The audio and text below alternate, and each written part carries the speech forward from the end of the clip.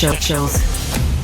Merci beaucoup à Sébastien Laperrière. Avant de parler à Sophie, merci à Sébastien Laperrière à la mise en onde, à la réalisation. Hugo Veilleux, un vieux chum, on a travaillé longtemps avec lui. Il revient alors à la recherche et au gardien du temps impitoyable, la mise en ligne, Maxime Trouleau, l'ami d'Outre-mer, et bien sûr Stéphanie Villeneuve et Olivier Guillet qui étaient avec moi. Sophie Durocher, bonjour. Pourquoi tu prononces mon nom en roulant les R? Je sais pas, bizarre. Et écoute, on dirait que Du rocher. T'es-tu rendu Pas rousse? tout!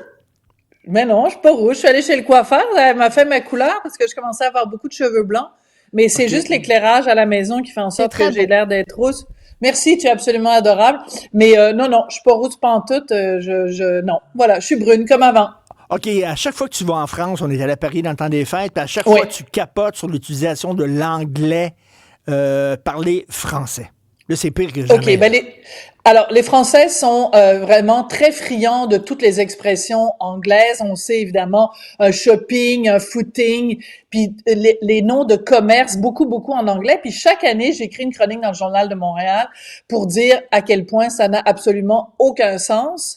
Mais là, ça a dépassé tout ce que j'aurais pu imaginer dans mon imagination la plus féroce. Alors, j'ai demandé à Sébastien de faire jouer la deuxième photo que je lui ai envoyée un petit peu plus tôt aujourd'hui. Donc, toi et moi, on s'est promené, puis on est allé au Grand Palais à Paris, et on a vu cette affiche qui annonce la plus grande patinoire indoor. La plus grande patinoire indoor du monde. Alors, on en a des patinoires intérieures à Montréal, et c'est pas parce qu'on a la loi 101 au Québec, on a utilisé simplement le mot patinoire intérieure. Alors, comment ça se fait que dans le pays de l'Académie française, il y a des académiciens avec leur épée, leur habit, leur costume, ils passent des heures, puis des jours, puis des mois, puis des années à chipoter sur une virgule, et pourtant, dans la vie civile, et le Grand Palais, en plus, c'est un endroit qui est extrêmement visité par les touristes puis tout ça. Comment ça se fait qu'ils sont pas capables de savoir que indoor en français, ça se dit intérieur? C'est pas comme si c'était un mot qui existait juste en anglais, tu sais, mettons qu'ils avaient dit ice rink ou qu'ils avaient essayé d'inventer quelque chose, mais c'est le mot intérieur qu'ils sont pas capables de prononcer. Et c'est pour te dire et pour vous dire à tous les auditeurs à quel point c'est rendu, je pense, ça frôle la maladie mentale. Quand t'es rendu que tu penses que le mot indoor va être plus évocateur pour les gens qu'une patinoire intérieure, c'est vraiment que tu penses que l'anglais est plus sexy et plus intéressant que le français. Moi, je lis beaucoup les magazines féminins français et ça me frappe à chaque fois parce que la section cuisine s'appelle la section food, la section écologie s'appelle la section green, mais tous ces mots-là, ils ont un équivalent français. Pourquoi vous nous dites ces mots-là en anglais? Est-ce que c'est par snobisme?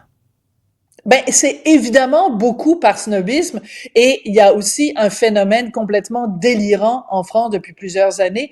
C'est le phénomène Emily in Paris. Tu peux plus te promener dans les endroits que t'aimes à Paris depuis plusieurs années, depuis que la bombe Emily in Paris est arrivée sur Netflix. Il y a plein d'endroits qui étaient avant des petits endroits coquets, sympathiques, avec une histoire, tu sais, un pédigré, tu sais, des endroits charmants. Mais là, c'est rendu que c'est des hordes de touristes. Et j'ai l'impression que c'est beaucoup pour plaire à ces touristes-là que dans beaucoup de commerces, dans beaucoup d'endroits à Paris, on utilise des mots anglais. Mais s'il vous plaît, pour l'amour de Dieu, puis venant d'une athée, c'est vraiment parce que j'en ai ras le pompon.